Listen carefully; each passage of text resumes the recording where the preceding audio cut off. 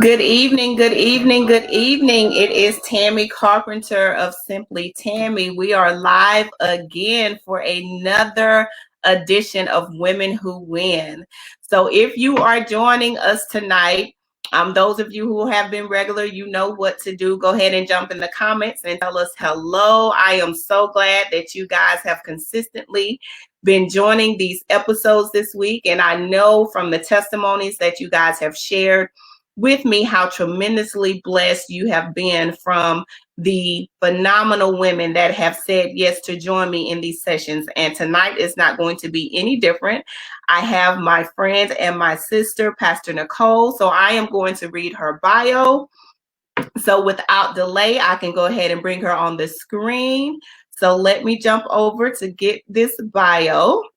So Nicole Bowens is a wife, mother, grandmother, entrepreneur, pastor, mentor, and author. She holds a degree in mental health and social work and works in the corporate world as a director for a company that provides services for hospice patients.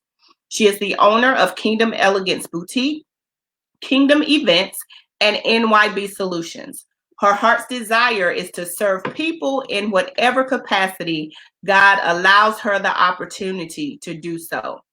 So I am going to bring my sister in on the screen. Good evening, Pastor Nicole. How are you? I am great, Minister Tammy. How are you? I am well. I am well. So very glad that you are with me on tonight. Just want to acknowledge a few people that have joined us before we get started. My sis, Dr. S. Shahara Williams, is saying hello to us. Jamaica Pinson is saying hello to us. We have Miss Tracy saying hello, and our beautiful sister, Felicia Miller, is on with us saying hello. Thank you, ladies, for joining us. So I always like to, after I read the bio and before we jump into the interview, kind of give my story on the wonderful women that God has allowed to cross my path. So I think it's probably about 4 or 5 years ago now. I met Pastor Nicole through a family member of hers. And so God just connected us. I think at a family function, we kind of started talking one evening, and from that developed a friendship. And her and both her husband, Pastor Adrian, are wonderful people. And I love them dearly. So I'm so grateful to be able to call you a friend and sister. Yes, ma'am. Definitely. Yes. So we also have Miss Deborah Collier that has joined in. Sharoga is saying, hey, Pastor. Hey, Miss Tammy. So, ladies, we are so glad that you are joining us. So without further delay, we're going to go ahead and start jumping into this interview. So starting with from a business perspective, I know you have your hands in a lot of things currently, but South Carolina is not originally where you are from, right? Mm-hmm. You were, from my understanding, you were in Michigan for a time period. So is that where you were born and raised? No, I was actually born in Georgia. Okay. And I moved to Michigan to go to school there. And so I lived in Michigan up until 2007, which is when I moved to South Carolina. So okay. My ministry began in Michigan. My entrepreneurship began in Michigan. All of that was where a lot of that was actually birthed at. Okay. Even though I saw my parents, they worked jobs and they were entrepreneurs. It was kind of instilled in me from seeing that for so long. But when I lived in Michigan, that was where everything was actually birthed at. And I began to operate in a lot of things that God had already placed in me. Okay. So let's talk about that, because like I know right now you have about 3 or 4 businesses that I'm aware of, and we'll get to that.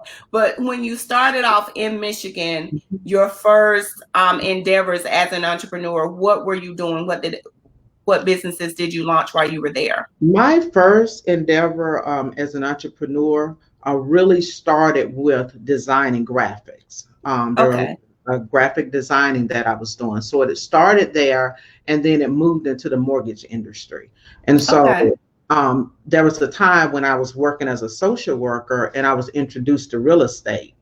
And I started working with this agency. I was doing real estate. I was a loan originator, writing mortgages, providing the financing for homes. And during that time, within 6 months, I realized, I really had a gift for it. For 6 months straight, I was top salesperson. And Mm, so in that, within 6 months, God placed in my spirit to start my own mortgage company. And so wow. that's when I became a broker at that point. And I did that for years up until the mortgage industry crashed around 2008. So that was where I really jumped into being an entrepreneur.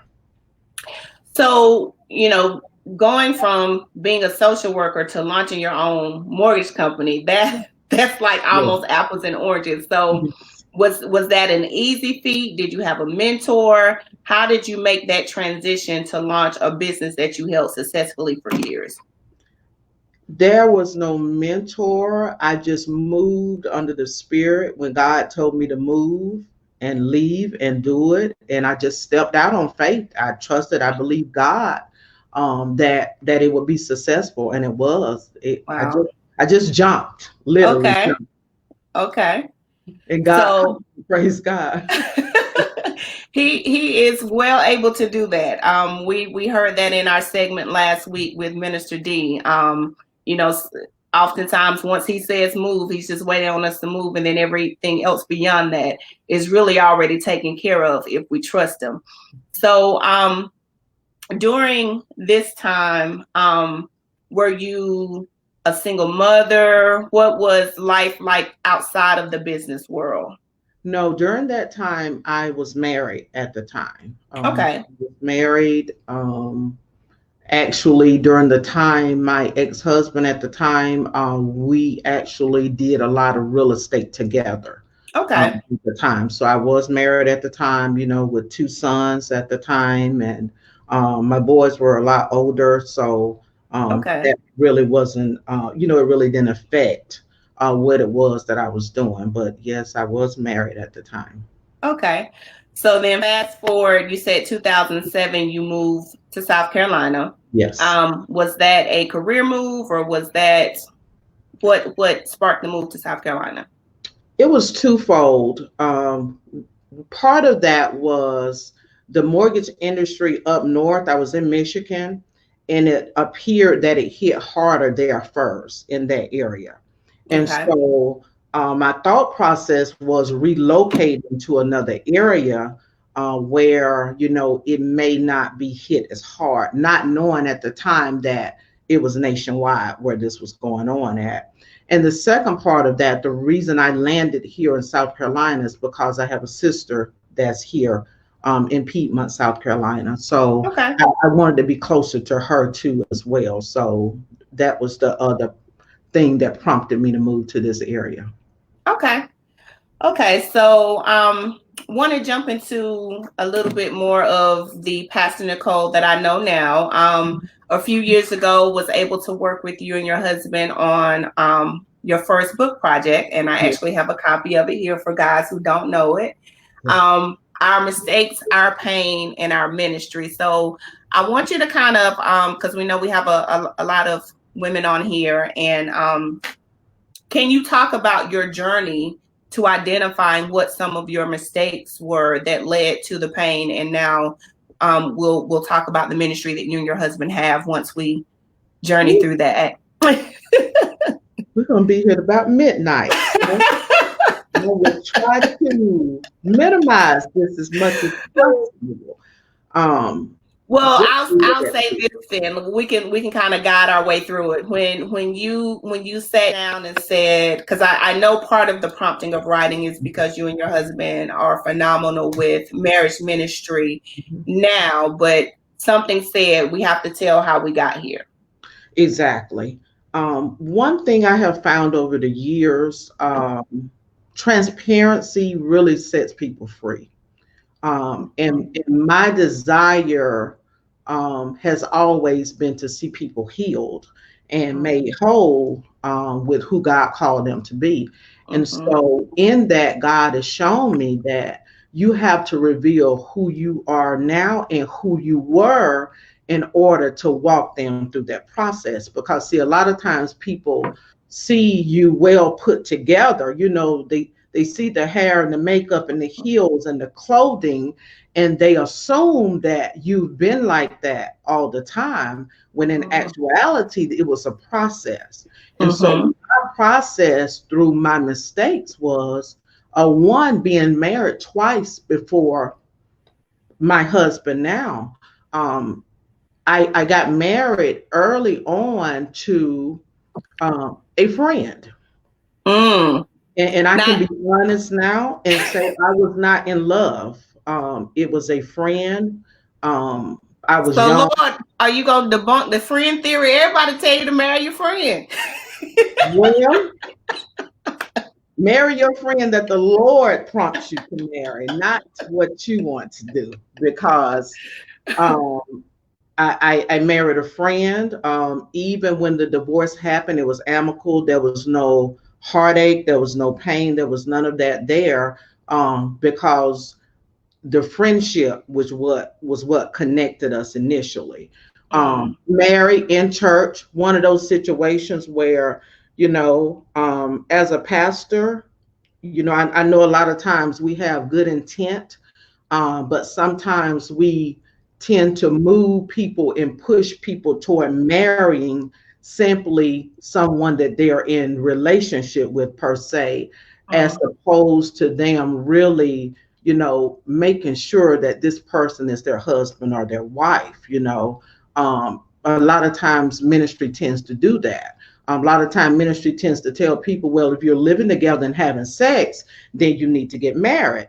Well, I beg to differ. I think a lot of times you need to make sure that this is your spouse. And if you want to do it God's way, then you want to remove the sex. You want to be in separate homes to be able to identify and make sure that your mind is clear enough to know that this is your spouse and this is what God is telling you to do, Mm. because your flesh is always contrary to what God is saying. And so, when your flesh is involved, the sex and the old school shacking up and all of this stuff is taking place, then it is very difficult for you to have a clear mind. So, in that, again, I married my friend. It did not work out. I was never in love, Mm. with him. Went into the marriage very broken. I share some of that in our book. Was molested as a teenager.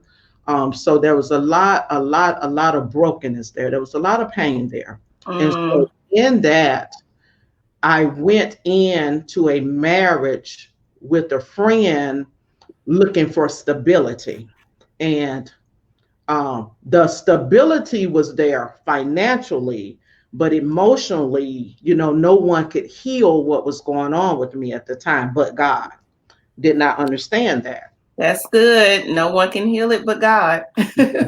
And came out of that, um, and 2.5 years later, remarried, went into another marriage, still broken, Mm. very broken. Um, got married again. 11-year relationship that did not work, of course, because I was still broken. Mm. And even in this marriage, I thought I was in church 24/7, literally in church 24/7. I thought I was spiritually grounded. I just thought I had it together and all of this. And in that, God started showing me, you were in church, but you were not in me. Because had you been in me, you would have never been in that relationship. You would never have married again. And so, of course, that ended in divorce after years of trying to make it work. And so that's when I got to Mm. one day and I was praying and I said, God, I need for you to show me me. Because Mm. in my brokenness, I wouldn't let anybody get close to me. So my thing was, I'm going to check out on you before you check out on me. So, okay, this is not working. God bless you. Have a good day. And that was, my attitude at the time, because I was broken. And so I sat down one day and I asked God to really show me myself. And when I did that, it was ugly. It Mm, God showed me some stuff from years ago that I had said, that I had done, and in that, I really, really, and I tell people all the time, when you ask God to show you you, He will definitely do that. And it's not going to be what you want, but it'll be what you need in order to heal. And so during that time, I prayed, and no dating, none of that. My dating was dating myself. I will go out, eat by myself, enjoy myself, shop by myself. I did a lot of things by myself in my healing process to where I could really hear the voice of God. But in that, my thing was, God, I'm never getting married again. I don't want to get married. I'm fine. I'm good. And somewhere along the line, God started speaking to me about uh, preparing as a wife. And I'm like, why are you talking to me about being a wife? I'm not getting married again. So this is for someone else. A year before I met my husband, I had a dream, and I woke up. I had a dream that I was over a marriage ministry. And I woke up and I was like, okay, this is the devil. I am definitely not getting back with my ex-husband. So how am I going to be over marriage ministry? I went back to sleep, didn't think anything else about it. Lo and behold, a year later, I met my husband.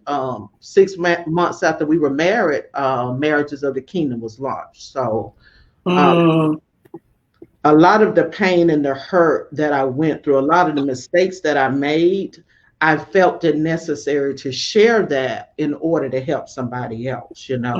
exactly. So I wanna kind of go back to when you said um, you were in church but not in God, and Mhm. He began to Mhm. reveal that to you. Mhm. So, what was that process like, and what adjustments did you have to make to get beyond that point, or realigning yourself with where you needed to be with Him versus the 24/7 service that you were giving to the church? Mhm. And that's exactly what it was. I was giving service to the church, but was not giving service to God. Um, Mm, a lot of times ministry can be very deceiving, because, like I said, I was in church 24/7, literally. Um, it can be deceiving because you would think, because you're at church, you're operating in ministry at church, you're doing things at church, that you have a relationship with God. And when I ended up in the second marriage, I realized I didn't, because everything that I knew to do, I did not do, which let mm, me know that, okay, you're not listening to the voice of God. I was not listening to God's voice. I was operating in my flesh because I had not truly built a relationship with Him, where when He spoke, I moved in that direction as opposed to another direction.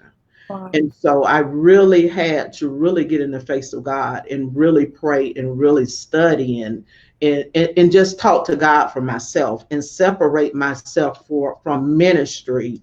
There was a period where I stopped doing any work in ministry. There was no, I just stopped. I stopped doing anything that I was doing. I talked to my pastor and I said, I can't do anything in ministry. Matter of fact, there was a period of time where I stepped outside of church, and, I just wasn't at church, period. I don't recommend that to anyone, but that's a process that I went through for myself, Mm-hmm. in order for me to heal and get through what I needed to get through.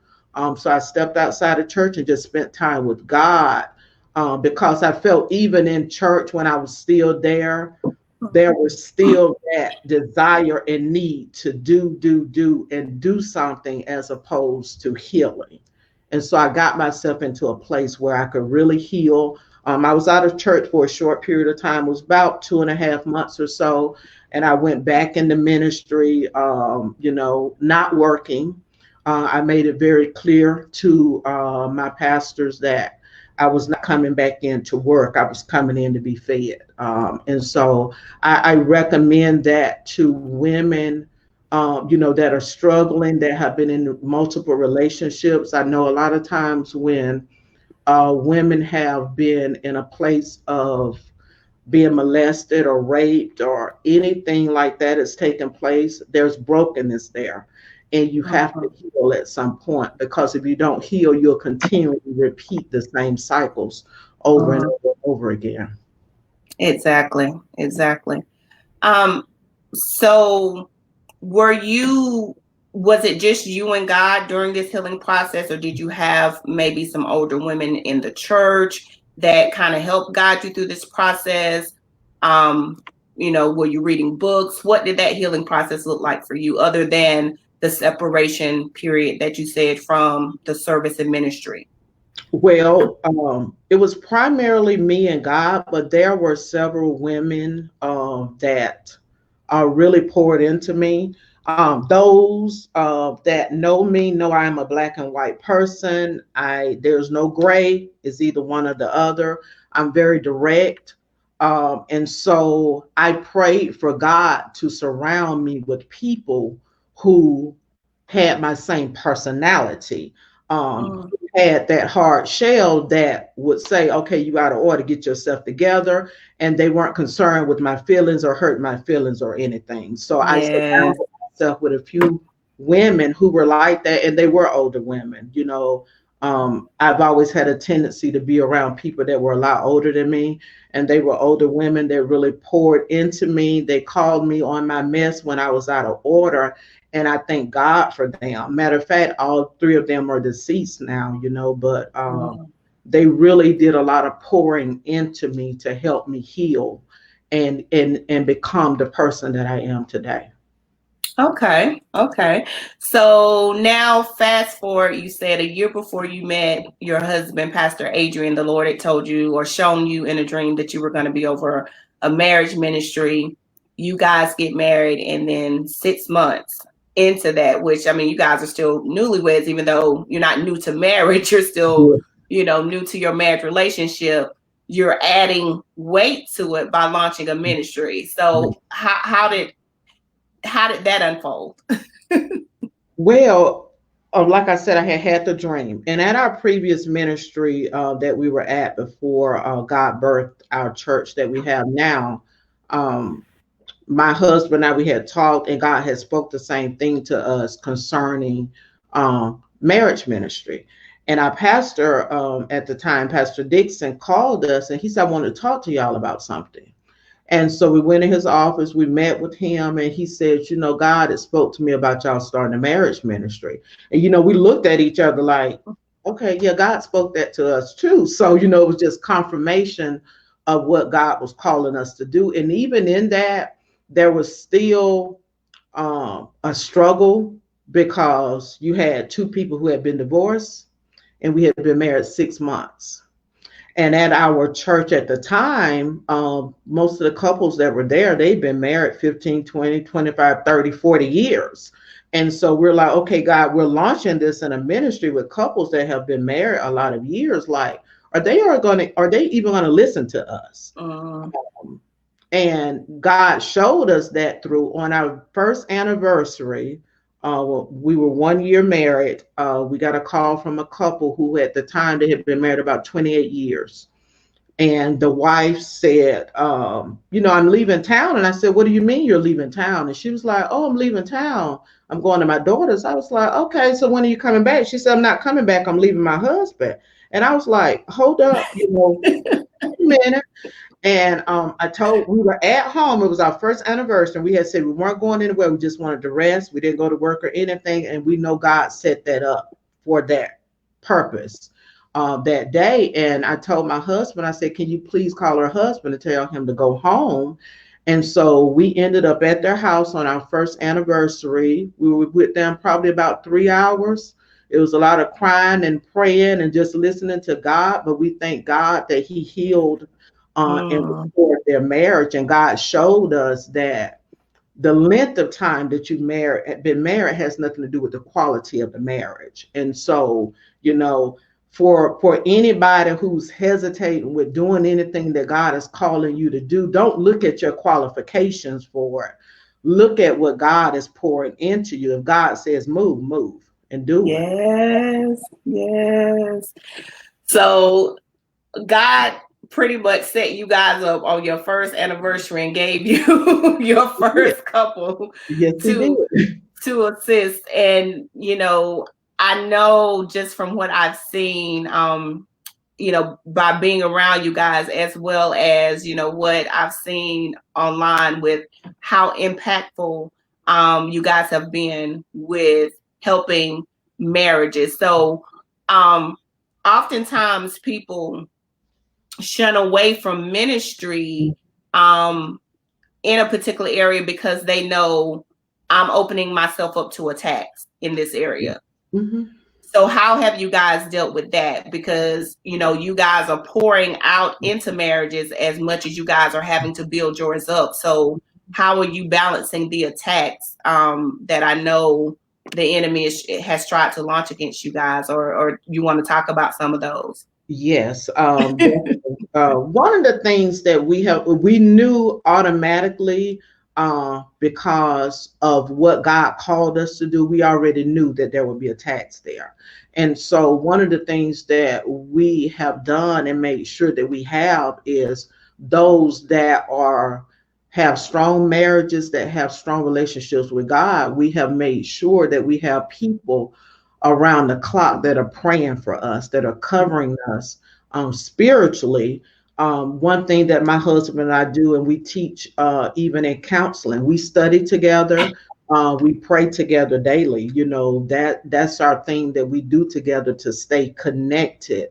Um, because we know as long as we stay connected to God and to his word, that's what connects us. And so we make sure that we consistently do that. One of the things we have found is because our relationship is so tight, the enemy tries to attack us through people that are around us, whether it's family members or other people.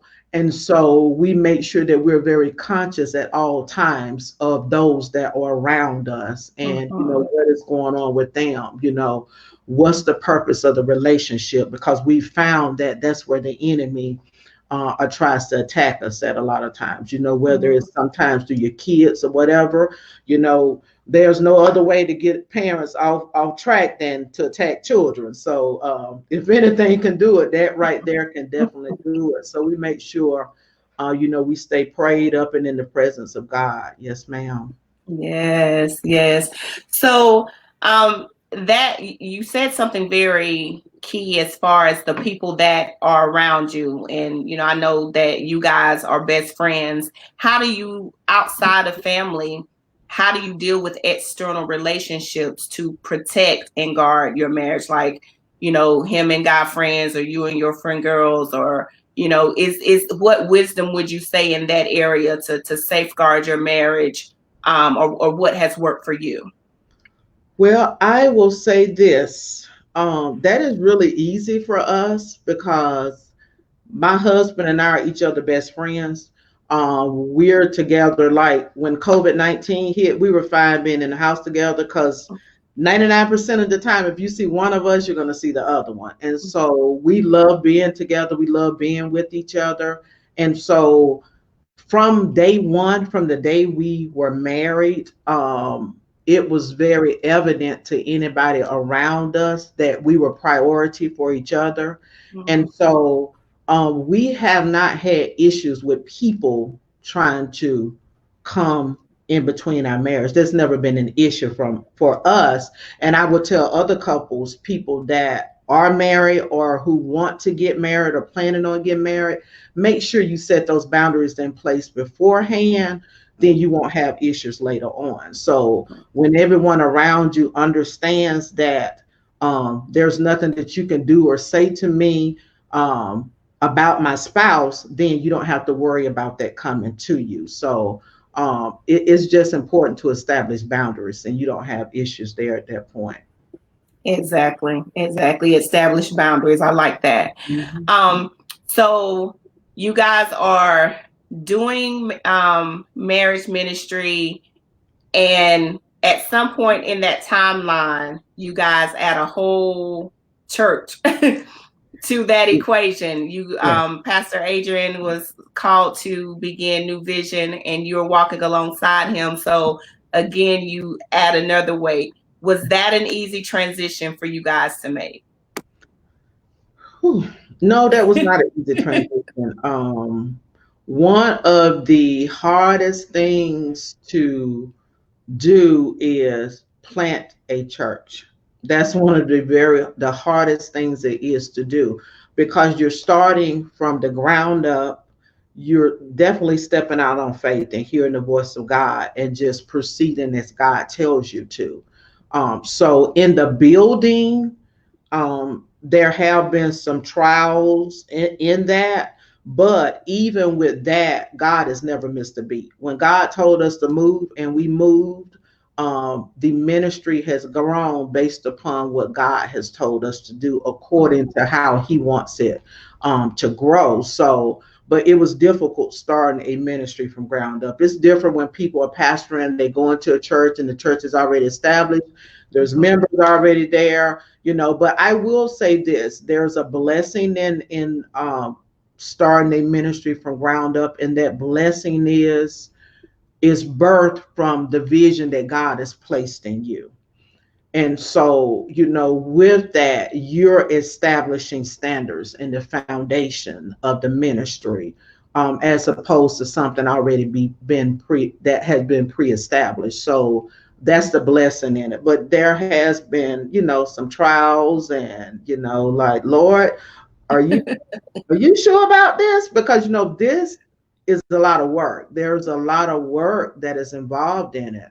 And the other part of that is just really, is in pastoring is learning so many different people and the different personalities, and understanding that is not pastoring, and leadership is not one size fits all. You have the foundation of the Word of God, but people have different personalities. So now you have to learn all these different personalities and know these people to understand what it is that they need, because everybody doesn't need the same thing. Mm-hmm. Exactly.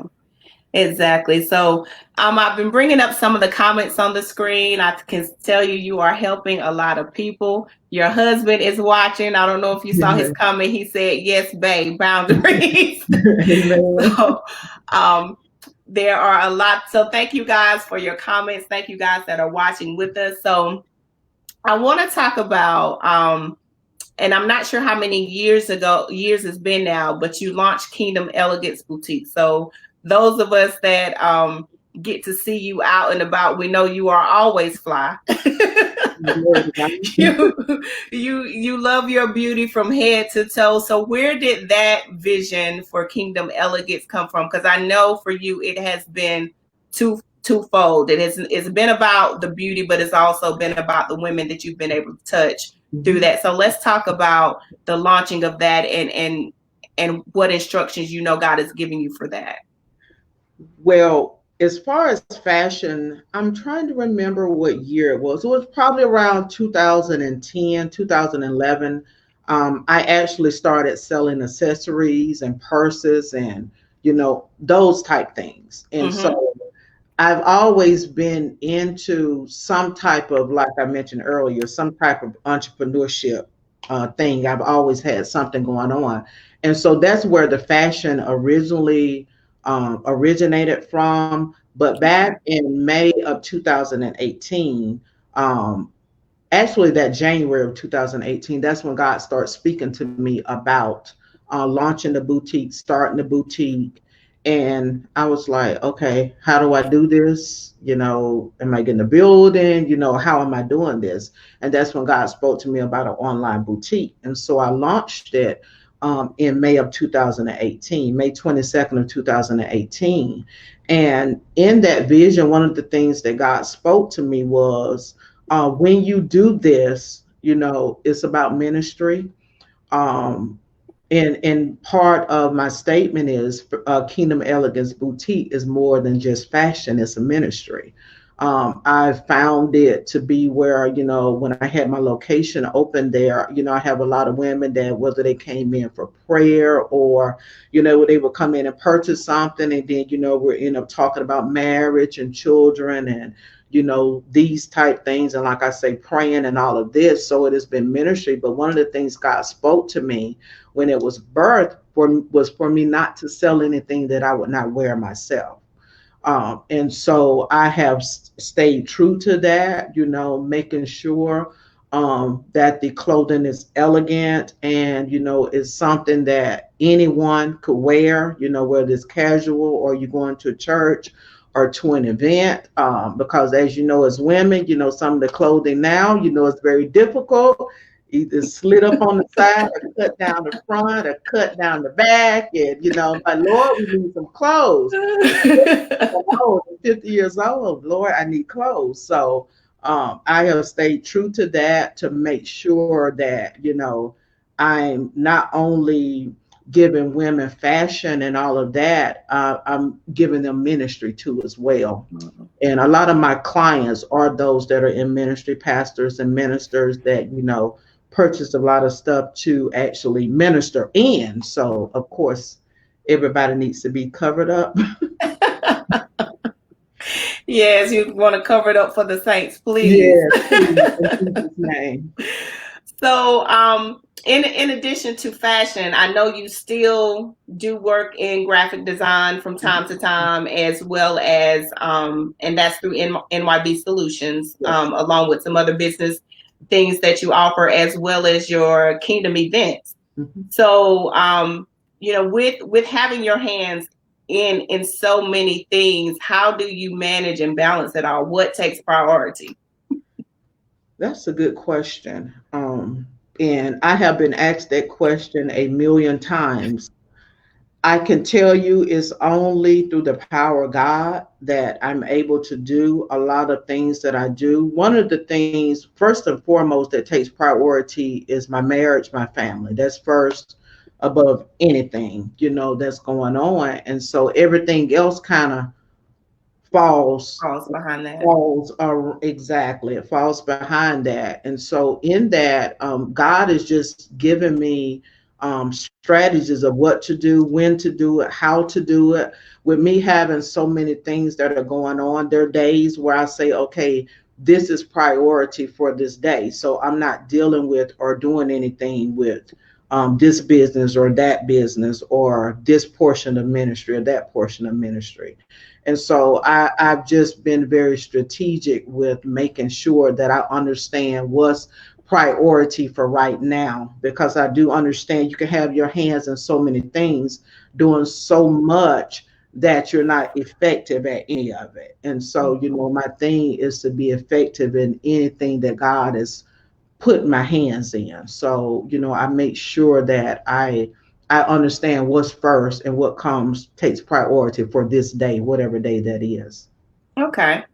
Okay.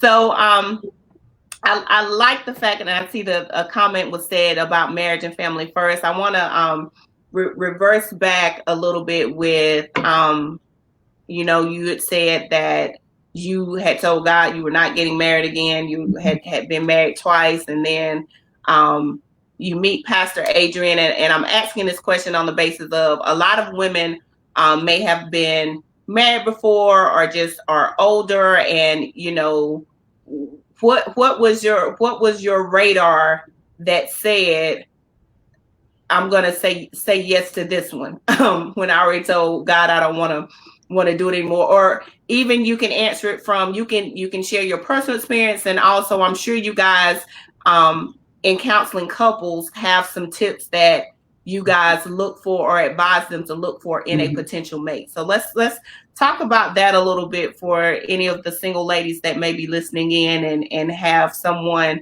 showing an interest. What would you say? I would say one of the things is when God kept speaking to me about being a wife. So when I finally got it and realized, okay, obviously I will be remarried at some point. So when I finally got it, so then I started putting together my list per se of my desires. Okay, God, this has to be in order, that has to be in order, this has to be in order, this is what I desire. I was very specific about, Lord, if I get married again, these things have to be in place. And so, in that, one of the things was truly being married to a man that truly chased after God and truly had the heart of God. Um, and when I met my husband, Adrian, I had no idea at the time that he was a minister, so that was not made aware to me at the time. And so, when I So met, he wooed you without the ministry talk first. exactly, he did, yes, that was my ad in there. Because I probably would have ran. So I didn't have that information initially. So, in that, just, I was very specific about what I wanted, because a lot of times I hear women say, I want to be married. And I'm here to tell you, be specific about that, because you can be married and still be single if you connect with someone that God is not connecting you with, and it's not what God has for you. And so you want to be very specific about what it is that you desire in a spouse, and maintain your standards. That is so important. If you have some Yeah, standards in place, don't waver from your standards for the sake of having a man, that because is good. that happens so often. Women tend to look and say, okay, well, he has 5 of the 10 things I asked for, so I'm going to pretend that those other 5 things are not missing, when those 5 things are actually needed in order for that relationship to operate as it needs to operate. And so now you end up in a relationship where, my thing is, if you're dating someone, ladies, if you're dating a man and you've known him a year and he's had, 6 jobs within that year, that's a sign of instability. I've been there, done that too.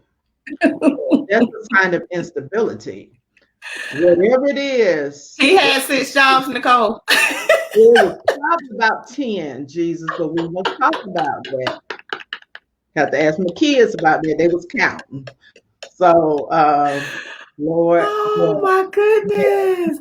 that is, that's one of those things where, if you start to overlook the red flags, you're going to have to deal with the consequences of it later. So, Mm, set your standards in place. Do not waver. If you don't say you have standards and you stick to them, because, see, ladies, what you have to understand is, men are looking, if they're looking for a wife, they're looking for someone that does have standards.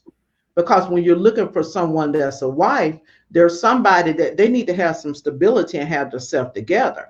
Now, I will say this also about a man, whether he's saved, sanctified, and filled with the Holy Ghost. If you waver from them standards and you give in, he going in with you. You're not going to be his wife, but he's going to go in there with you. So you want to make sure please make it plain. He gonna waver with you, but he not gonna marry you. he's going to waver with you. And I'm going to break it all the way down. Ladies, he will sleep with you, but he won't marry you. And so, Mm, you want to be very careful when you're dealing with. A lot of times, women think that if I give in, then I have him locked in, without understanding that men are like lions, they're hunters. And so once they catch their prey, then it's like, okay, I conquered that. Let me go on and find some more prey. Not calling us prey, but you understand what I'm saying. yeah, you're speaking from their mindset. Exactly. And Yes. so now, just maintain your standards, stay there, because if he desires to have you as a wife, he will continue to chase you, he will continue to pursue you, he will continue to do whatever he needs to do in order to gain your trust, in order to be in that relationship with you. So don't waver. And Right. another thing, sex does not keep a man. Sex will not keep a man. Men, for sex for men, sex is sex. Sex for women is relationship. It's two different things. Our mindsets are totally different. And Mm-hmm. a lot of times women think, well, if I just give in, then I'm going to be able to hold on to him, when it's actually opposite of that. So maintain your standards. Don't give in, Yeah. and he will love you and appreciate that. Yeah. And you are, that is exactly right. I tell young women and women my age, your standard should be an offshoot of your core values. And if you Mhm, know who you are at the core, you should be able to articulate what your standards are.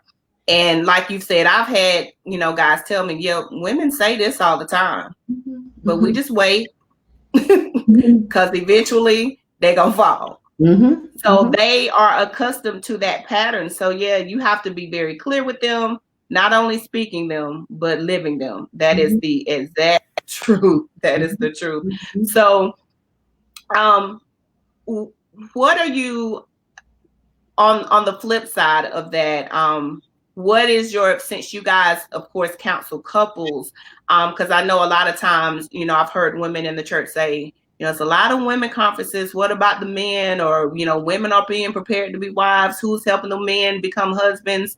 How do you guys approach that, so that you don't have these women that are strengthened and empowered and ready, and then they looking because he is not. Exactly. Well, one thing God had placed in my husband is he started a men's group, which is called Men's Locker Room. And Mm, it's to strengthen and build men, to show them how to be husbands. And a lot of times men really don't know. They don't know what to do, how to be husbands. They don't know how to date properly, a lot of that, because they're used to doing what they've always done. And so that's one of the things that we do to help strengthen men, to whether they're single, to prepare them for marriage, or just to build them as a man to get to a place to where they are in a position to even start pursuing a wife. mm, A lot of times women end up marrying men who were never ready in the first place, and they wonder what's wrong. We've been in situations where women have, in counseling, and husbands have said, well, I didn't want to get married. She just, kept putting pressure on me. And so I did it. And so, in just doing it because of the pressure that the woman has put on the man, now what they do is, okay, I'm married, but I'm still going to do what I was doing before. And then they will come back and say, well, I didn't want to get married. I told you I wasn't ready to get married at that time. So, ladies, if you hear a man where there's some hesitation there and he say he's not ready, he's not ready. And saying I do will not get him ready. He needs to be ready prior to, not after. my. And just because he buy your ring don't mean you're ready either. That's a lot of times that's a silencer. Mhm. Exactly. Yes, just be quiet. Stop talking to me about getting married. I'm gonna give you this ring. I don't mind spending $2,000-3,000 on a ring. I'm gonna give you this ring just so you'll hush. And we're gonna be engaged for like 10 years because I'm still not gonna do it. A lot of times they will do that. They'll prolong engagements and all of that. That's a sign to let you know that they are not ready to get married. So then now you have to think about and get to a place to say, you know what? Do I just want to walk down the aisle and wear a wedding gown, or do I really want a husband? Do I really want a marriage? And so sometimes, and I've had women come back and say that, I really just wanted to, I wanted a wedding. I wanted a wedding. There's a difference between having a wedding and being married. The wedding part is easy. The marriage is the work. Marriage is a beautiful thing. I'll tell anybody that, but it's work 24/7. A lot of people don't understand it's easy to be single because you're just worried about yourself. You're doing what you want to do, when you want to do it, how you want to do it. But once you are married, now you have to, married people can't be selfish. You cannot be selfish and be married. You can't want to do you and be on your own and do all of this stuff and be married at the same time. Ooh. Wow, wow. So before we transition to finishing up, will you expound on the married people can't be selfish part of it? Because again, when you're talking about individuals, especially that are getting married older, that Mhm. have set in their ways, have this long career, this home, or whatever they have established, you know, it mine becomes ours. It does. It does. At that point, you're definitely right. Mine does become ours, and you can't still have a mindset of this is mine, this is yours. I have my, you keep your account, I keep my account. You know, there's a lot of marriages that are blended families. You can't be one that's saying, those are your children, these are my children. Everything at that point becomes ours, everything becomes one. And so if you are a woman that still has a mindset of, you know, there's some stuff that I'm going to keep separate, and a lot of times women still do that. They still, I know women who still, you know, they still hide bank accounts. They still do all of this stuff, not realizing you're going into a marriage with separation from the beginning. You know, you're going into it with a mindset that we are not one. So if you go into it with the mindset that we're not one, you won't be one. You know, and so you have to make sure that everything comes together. Did y'all hear that? If you go into it with the mindset that you are not one, you won't be one. Exactly. My. So there has to be a whole mindset shift Mm-hmm. Yeah. even before you get put on that pretty dress and that nice tuxedo. All of that. Yes, ma'am. Yes, ma'am. Yes. So, but before we get ready to transition to wrapping up, I want you, of course, to tell the people how to get in contact with you, whether it is for the boutique or for marriage ministry. You know, I know you and your husband are, you know, very active in that. So tell us how to get in contact with you. And then I'm just going to, after you share that, just kind of open it up to whatever you feel led to share, it, you know, whether it's about marriage, whether it's about, you know, women's ministry, whether it's about starting a business, just from any place of your experience.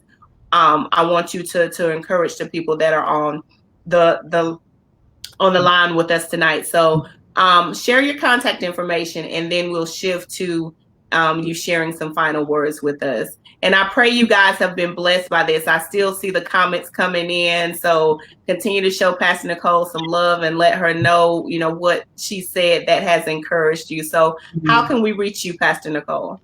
Well, I can be reached for Marriages of the Kingdom. We not only do we do marriage counseling, we do individual counseling as well. So Okay.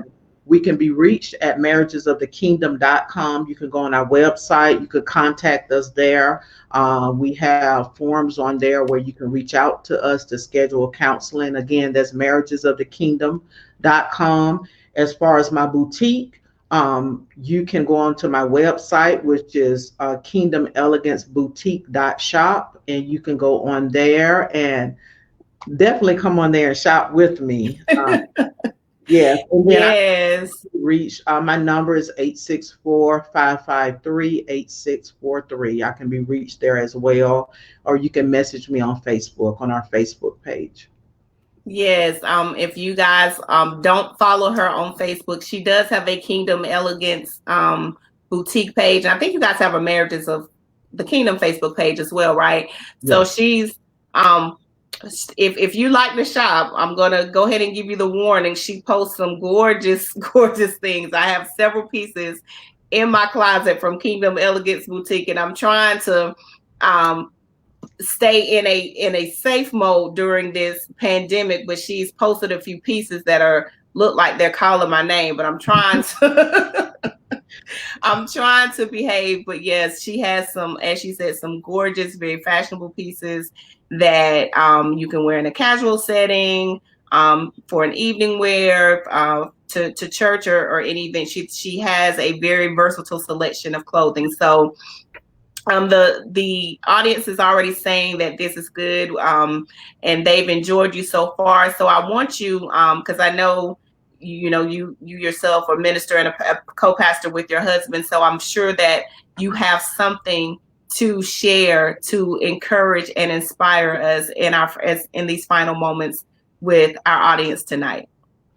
Yes, definitely. One of the things I do want to share with women is one of the things that has so bothered me for so many years is to hear women say that they don't get along with other women, that they don't like other Mm, women, that women are messy, that, all of this stuff. I really want to encourage us as women to really understand that a lot of times some of the stuff we see in other people is stuff that's in us. And one of the things that you're looking at is another broken sister. And so when you see that coming from her or them, instead of running away from them, that's an opportunity to go to them and, really help each other grow and help build each other. Because when you see women that have all of those issues, it's because there's some brokenness there. And mm. I believe that God has called all of us to help build each other and help break down those walls that may be there. And so, I just encourage all of us to bond together instead of assuming that, all women are out to hurt you or get you or, whatever it may be. And I know we about to close, but you just struck a chord because you one of the things we share this whole platform, um, of course, is to encourage and inspire women, and that is one of my one of my main personal agenda is to help women fully become who God has called them to be. And like you said, you hear that so much from women. I don't do women. I can't work with women. Men are my best friends, and Yes. these things. And you when you said essentially you're running away from the brokenness in your sister because you're identifying with what's broken in you. Mhm. Um, so I want to, without us trying to prolong this too long, because we know that two broken people can't make a marriage. What do you say when my sister's broken and I'm broken, but I know that God has called us to be in relationship, whether it's Mhm. I need the friendship, we're working together because God has given us assignment. How do you advise women to navigate through that? When it's two broken people and you connect with someone or you're running from them because you see something that's within yourself, I have found it where you still want to connect with them, whether you're getting together, pray. What you don't want to do is connect with someone and then now both of you live in your issues and live in your problems. You want to make sure that you can get and connect with your sister. Like I say, pray together, study together, build that relationship, get to know each other. So now you understand why it is that they act the way that they act, why it is that they do what it is that they do. I tell women all the time, and I won't go into that, but God birthed another ministry in me earlier this year, Operation Hope 85 for sex trafficking. And there's going to be some that'll be working with me on that. But in that, I tell women are not standing on a corner prostituting themselves just because they want to be on the corner. You know, that's we see the after effects of what has taken place prior to that. And so Mhm. now what we have to do, with each other is just really get to know each other. I need to know why you act the way you act. You don't just act a certain way because you just want to be mean and hateful or you're just doing a certain thing. There's a reason behind that. So get to know whoever it is, so then now you can help them and you can help each other out of it, but don't run Mhm. away from it. Yes, yes. That is you said a mouthful there because yeah, it's plowing the fields in relationship, so to speak, and outside of marriage, the friendships that you have Mhm. take a level of work and Mhm. identifying who we are, being honest with who we are, so that we know Mhm. um when I see XYZ in my sister, it's a matter of prayer. It's a Mhm. matter of me drawing closer. It's a matter of us being true. Iron sharpens iron. That's been Yeah. one of the things that I have said numerous times this year. God, having those iron sharpen irons relationships so that my sister can say, Tammy, mm, you shouldn't have said that, you shouldn't have did that, or whatever it is, because we are on a growth path Yes. together. Yes. Definitely. That is amazing. That is amazing. So I'm not gonna strike up another conversation because we'll be on here another Yes. Yes. 30 minutes to an hour, but I have totally enjoyed this time with you, and I'm so glad you said yes. And again, Thank you. Thank you. many people have said how much of a blessing this time has been to them. So I want to thank each of you that tuned in with us tonight, whether you are watching live or if you are catching the replay. Do you guys still have any copies of your books on hand? We do. We Okay. do. They can go on our website and order them, or you can also purchase them through Amazon as well. Okay. So you have heard her tremendous marriage story. If you guys are local here, and y'all know the routine. I keep saying I'm not going to do a giveaway, but the giver in me just does not allow me to stop doing that. So I'm not gonna, because it's so late in the evening, I'm not gonna do the numbers and share. But what I will do, if you are listening to this video, if you're on here live and you know that you as a single individual or a marriage individual could benefit from this book, Our Mistakes, Our Pain, Our Ministry, and it's set up to where they share their story and experiences, and then they actually give you like a 30-day devotional in the back of the book.